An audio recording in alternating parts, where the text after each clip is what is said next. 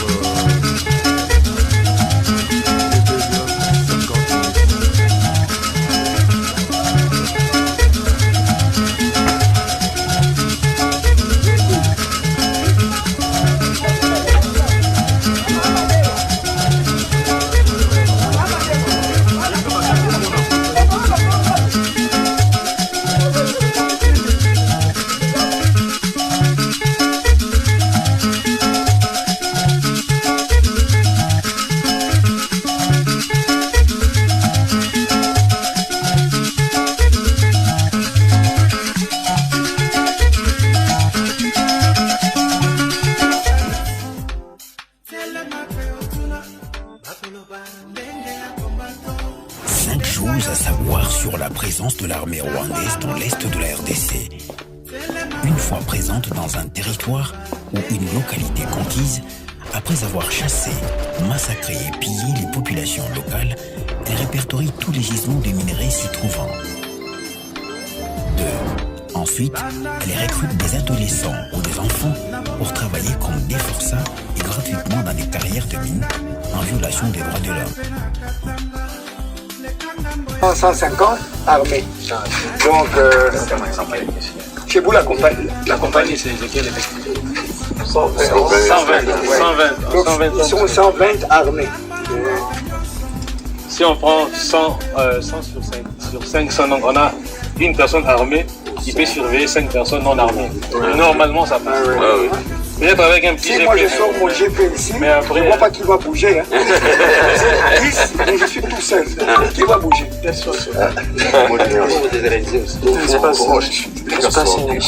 Aproximação das forças congolesas nessa zona de acantonamento como fazem parte do conflito não pode, só em caso excepcional, conforme o general disse. Mon collègue disait que l'approximation de la flotte Sardaic ici ne peut pas. Il faut rester au loin. Oui, c'est ça. Il vient vers quand il a des problèmes. Voilà, c'est ça qu'on a dit. Si on lui demande d'appui, il vient. Voilà, les FARDC sont là-bas à Jéricho ou ailleurs, et en cas de problème, ils viennent appuyer. Et ici, il faudra vraiment qu'on puisse respecter ça. Il faut que les gens qui seront dans le périmètre ici, leur seul interlocuteur soit les Angolais. Ils ne peuvent pas voir un FARDC débarquer ici. Sinon, peut-être ça fait questionner qu'est-ce qu'ils veulent nous faire et tout ça. Non, au niveau de l'administration, il y aura des Congolais, mais pas militaires. Il y a l'administration de campement.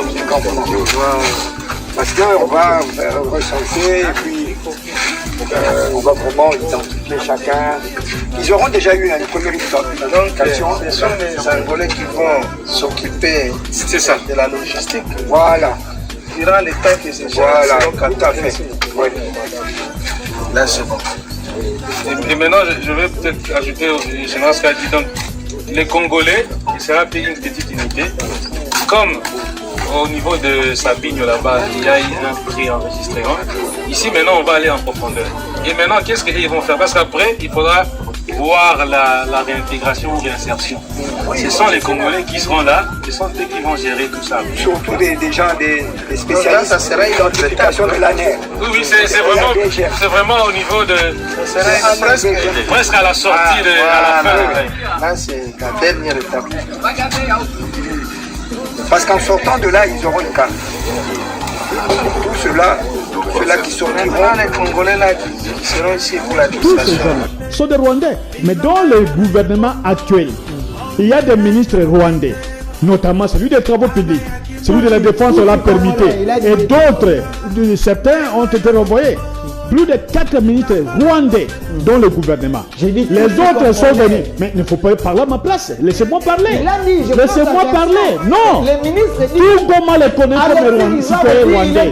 Il n'y a pas de Tutsi congolais, ça n'existe pas. Aucun ouvrage, aucun livre sérieux ne peut attester ce que vous êtes en train de dire. Ou vous demeurez dans votre rôle de journaliste et vous posez des questions. Nous répondons, ou vous-même vous devenez aussi intervenant. Je vous donne l'élément. Ne donnez pas d'éléments qui n'existent pas. Moi, je vous dis qu'il n'y a pas de Tutsi congolais. Ça n'existe pas. Lisez l'histoire générale du Zaïre, de l'ancien Zaïre à la République démocratique du Congo, de M. Ndaïwel. Il y a au moins 2 tomes. Donc, tous ces tomes-là, vous ne trouverez nulle part on fait des Tutsi congolais. Merci. Ça, c'est la fabrication des hommes qui prennent maintenant le nom d'un plateau au Congo. Lorsqu'on est Luba, on fait la langue Luba. Lorsqu'on est Song, on fait la langue Songé. Nous sommes identifiés par rapport à nos langues, pas par rapport aux forêts, nulle part. Merci. On peut vous parler de la forêt de Bayombe, mais c'est pas pour dire que tout celui qui habiterait dans la forêt de Bayombe serait Bayombe. Et les Banyamulés n'existent pas. Et ça n'existe pas. Merci. C'est une fabrication de Tutsi qui voudrait imposer une identité qui n'existe pas sur le plan purement, en tout cas congolais. Merci.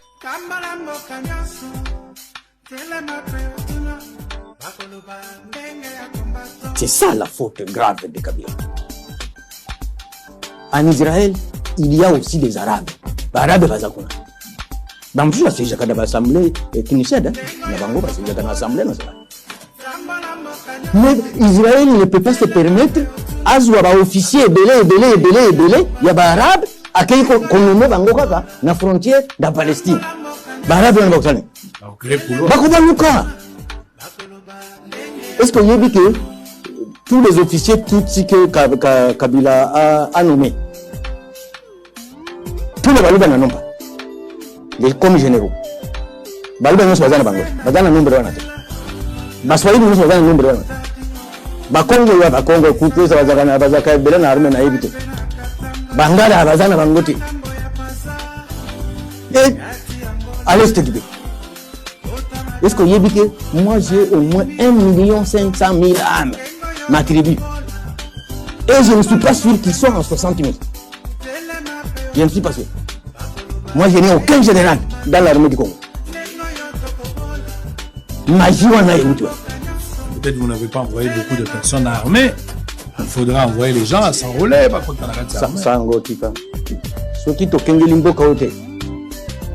Vous allez vous retrouver avec un président rwandais. Quelle était l'intention de Kabila de nommer, par exemple?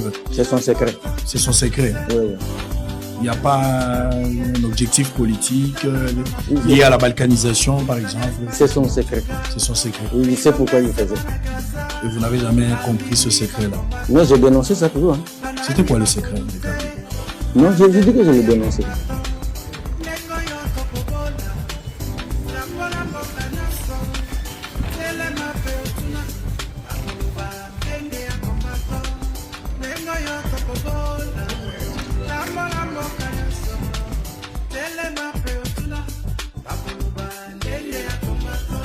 En 1979, l'armée tanzanienne entre en Ouganda avec les rebelles ougandais pour chasser Idi Amin. Idi Amin Dada est chassé du pouvoir. On remet au pouvoir un ancien président qui s'appelle Milton Obote en 79. En 81, un collaborateur de Milton Obote décide lui de faire la rébellion parce qu'il n'est pas content de la gestion d'Obote. Il s'appelle Yoweri Kaguta Museveni. Il entre dans la bourse avec 26 camarades pour commencer la guerre. Et parmi ces 26 camarades, il a un ami rwandais qui s'appelle Fred Rugema, enfant des réfugiés rwandais qui ont grandi en Ouganda. Donc ils entrent dans les maquis, ils commencent à faire la guerre. Maintenant, Fred Rugema commence à sensibiliser les enfants des réfugiés rwandais. Pourquoi? Parce que la campagne d'Obote essaie d'assimiler Museveni et les Banyarwanda. Museveni n'est pas Tutsi, il n'est pas Munyarwanda. Museveni est membre d'une tribu qu'on appelle Banyankole. Mais c'est une tribu, disons, proche des Banyarwanda. Mais ce ne sont pas des Banyarwanda. La campagne maintenant du pouvoir dit c'est les Banyarwanda qui nous attaquent. Et on commence à déstabiliser les jeunes dans les camps de réfugiés. Et ça donne une occasion à Museveni de commencer à recruter ces jeunes-là. Surtout Fred Rugema, il va aller commencer à sensibiliser les jeunes. C'est ainsi que Fred Rugema va recruter un jeune garçon réfugié rwandais au nom de Paul Kagame pour l'amener dans la rébellion. Le petit frère de Museveni qui s'appelle Salim Saleh va recruter un jeune qu'il avait connu au niveau de... Je crois qu'ils étaient dans une même école. Le petit s'appelle James Kabarebe. Salim Saleh l'amène dans la rébellion. Le mouvement de Museveni s'appelle NRM, National Resistance Movement, avec leur armée, NRA, National Resistance Army. Ils font la guerre et puis en 1986, les NRM de Museveni gagnent la guerre. Et ils entrent à Kampala, ils prennent le pouvoir. 1986. Mais lorsque l'armée NRA, l'armée ougandaise de la rébellion, entre à Kampala, ils sont à peu près 20 000 hommes. Sur les 20 000 combattants de la NRA, 5 000 à peu près sont des Rwandais. Des enfants des réfugiés rwandais. Ils prennent le pouvoir. Et Museveni, pour les remercier pour leur contribution, il va les nommer à des postes clés. C'est ainsi que les Deputy Chief of Military Intelligence, les chefs du renseignement militaire adjoint, est nommé, c'est le major Paul Kagame, qui devient le numéro 2 de la sécurité militaire en Ouganda. Le lieutenant James Kabarebe est nommé, il est AIO, Intelligence Officer, agent de renseignement, dans l'armée ougandaise. Donc ils vont évoluer comme ça, de 1986, mais plus le temps passe, les Ougandais commencent à murmurer, les vrais Ougandais. Ils disent, mais comment on peut accepter quand même dans notre pays? Tout le monde sait que ces gens-là, c'est des Rwandais. Ils ont des positions claires. Donc, il y a une tension qui commence à monter au sein de l'opinion ougandaise. Museveni dit, ça m'amènera des problèmes. Ça. Il faut que je me débarrasse de mes alliés qui deviennent encombrants.